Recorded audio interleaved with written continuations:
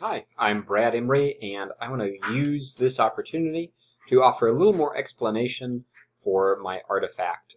I'm looking at the standard equity, inclusiveness, and cultural responsiveness. This is NELP standard number 3, and I'm taking a look at our trauma-informed training and ACES to address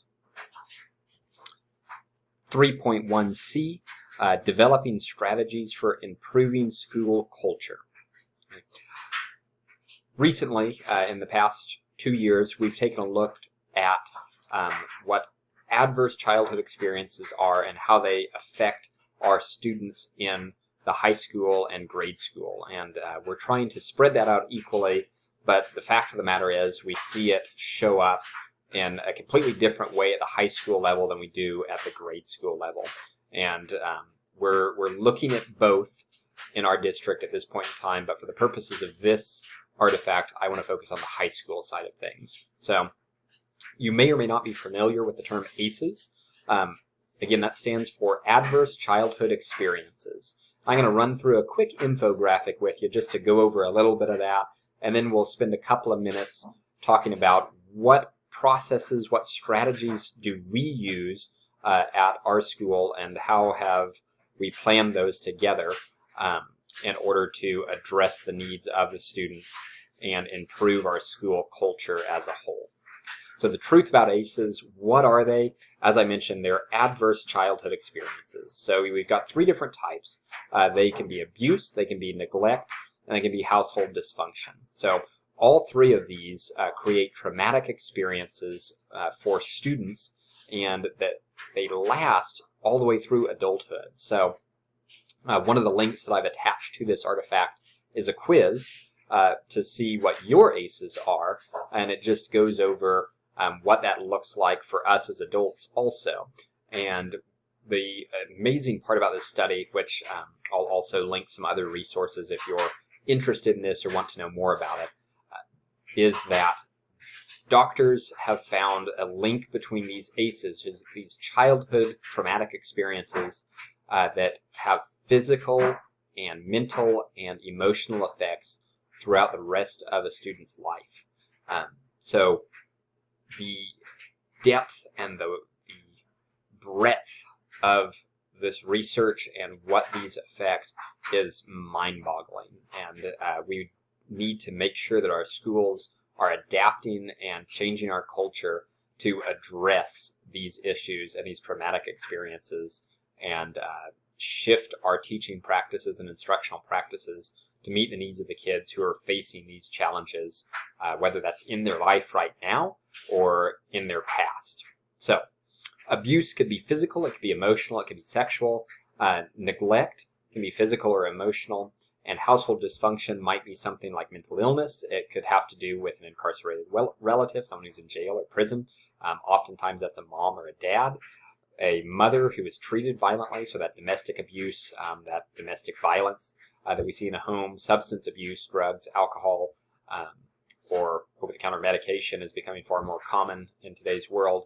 And even something that's so common as divorce can have a traumatic effect on a child. And something worth noting about all of this, it doesn't have to be a big traumatic event to create a traumatic scarring experience or an adverse childhood experience in somebody's life. Small traumatic experiences over long periods of time, or even shorter periods of time, depending on the intensity, can create these ACEs and have some of the same physical, mental, and emotional effects on a student or on an adult that a big traumatic experience that we think of with. So how prevalent are ACEs and what impact do they have? Well, we've got some estimates here. Abuse, they're estimating that physical can run as high as almost 30%, and then sexual and emotional abuse are a little bit lower, but still shockingly high. Neglect, we're hovering around 15% on emotional neglect and almost 10% on physical neglect. And then household dysfunction, obviously you can see that's higher in general, with substance abuse at almost 30%, parental divorce at 23%. I was actually surprised that wasn't higher. mental illness at 20%, and then you can see the domestic violence and incarcerated household members are a little bit lower. If we're looking at the original study, we've got 17,000 participants, and 36% have had no ACEs, but 64%, well over half, have had at least one ACE. And once we get into those 2, 3, and 4 ACE brackets, that's where things really start racking up and causing problems. So let's take a look over here at our impact. We see as the number of ACEs increase, so does the risk for negative outcomes, especially on your health. So as you go up, once you're in that 4 ACE bracket, there's some really serious long-term life effects. So possible outcomes, it can affect your behavior. It may affect your ability to be physically active or move. It increases your risk of smoking, alcoholism, drug abuse, and absenteeism at work, or when we're looking at an educational setting at school. Your physical and your mental health are all affected the more of these ACEs that you encounter. Obesity, diabetes, depression, attempts at suicide, SIDS, STDs. It's getting late. I'm having trouble seeing. Heart disease, cancer, stroke, COPD, broken bones, things that we would never think would be tied to ACEs and to childhood experiences have been medically linked and correlated with those. So this study is pretty wild, and if it's the first time you're hearing this, you're probably shocked.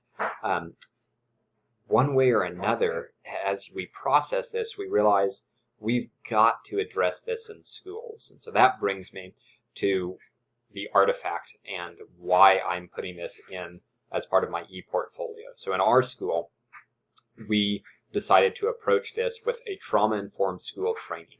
And that encompasses a lot of different things, but really the big idea is that we're taking these ACEs and we're acknowledging students are facing these ACEs, are facing these experiences, and we need to provide education and instruction in a way that when those pop up, and they will, that these students have the same opportunity for learning and the same high expectations that everyone else has.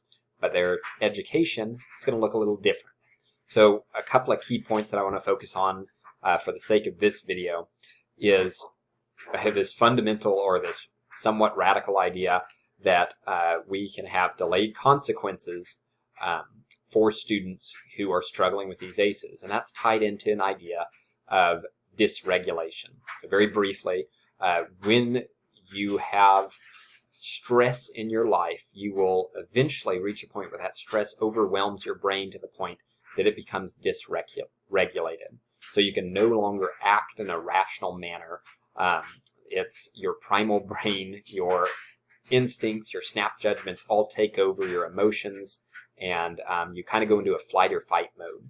And what that does is that creates tension in the classroom, and it might be a student shuts down from working, or it might be something as extreme as a student blows up, yells, throws a desk. Both of those and everything on that spectrum between the two is dysregulation. So your brain is no longer able to regulate your behavior in such a way that you can make logical and reasonable moves towards change. So we've done a lot of work on this at the school and the district level. We've talked about how when a student becomes dysregulated, we cannot help them learn in that state. It's just not possible. We talked about what that looks like in our own lives. We have all had examples of where we're dysregulated and we just cannot function anymore. You can't continue with what you're doing. And so we want to know how to address that for our students as well. So one of the ways, as I mentioned, is a delayed consequence. So for me, this was a somewhat radical idea, and I didn't even know it was radical until I started thinking about it and having to do it. Because when a student does something that is distracting them from learning in my classroom or from another student from learning, I immediately assign a consequence. And what I've learned is if they hit a point of dysregulation where they're no longer able to logically process and think, they still need that consequence. They need that consistency. But if they're asked to move to timeout, for example, or they're told they get a letter home and they're already in a dysregulated state, it causes major issues and can actually increase and cause more problems than what we were starting with, and might actually escalate the situation. We see this at the high school level also. As I mentioned, I'm looking at this primarily from a secondary level. So with our secondary students, we were seeing a lot of office referrals from dysregulated students. And then after they were having had the chance to calm down and become regulated, they really regretted their actions and wanted to have a different response. So in our school, some of the strategies we use to change this culture, this idea of immediate consequences, and instead shift into a trauma-informed mindset where we understand that when a student becomes dysregulated, we have the freedom to give them an opportunity to step away from the situation and bring themselves into a state of regulation. So some of our strategies include things as simple as drinking water, which medically flushes the cortisol, your stress hormones, out of your system and gives you an opportunity to cool down. Physical movement, being active, taking a break from the situation that has caused the dysregulation, the tipping point, so to speak. So taking a walk or getting to another room or having an opportunity to just remove yourself. Breathing exercises, taking the time to slow everything down and remove distractions to step away from the task or individual that you are struggling with. All of these are things and strategies that we now use with students to bring them back into a regulated state before addressing that consequence for their actions.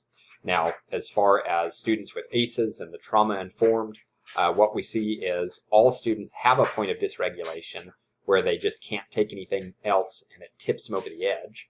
And we've used the illustration of if you have a cup and it's full of water, if it's 3/4 of the way full, it's not going to take as much water to flow that over as it will in this cup that's only 1/4 full. And so our students with ACEs, they're sitting at that 3/4 or 2/3 or 7/8 full all the time because of those stresses and those ACEs at home. So it doesn't take much to push them into a state of dysregulation, and just being aware of that and then having concrete strategies that we can use to bring them back into regulation and then work with them so that they can learn and be successful. That's really our goal, and that's what we're looking at as far as strategies that we've developed as a school to improve our culture. So hopefully that's a good explanation. Again, there's so much in this study of ACEs and trauma-informed schools. I'll have a couple of resources linked to in the PowerPoint presentation where you're going to see this video, and I highly encourage you to check those out if you have the time. And really, the strategies we're using, and we've seen a very good success with those, and it's something that I'm very excited to continue doing in our school, elementary and high school both. It's made some very positive changes in our district. So thank you for your time.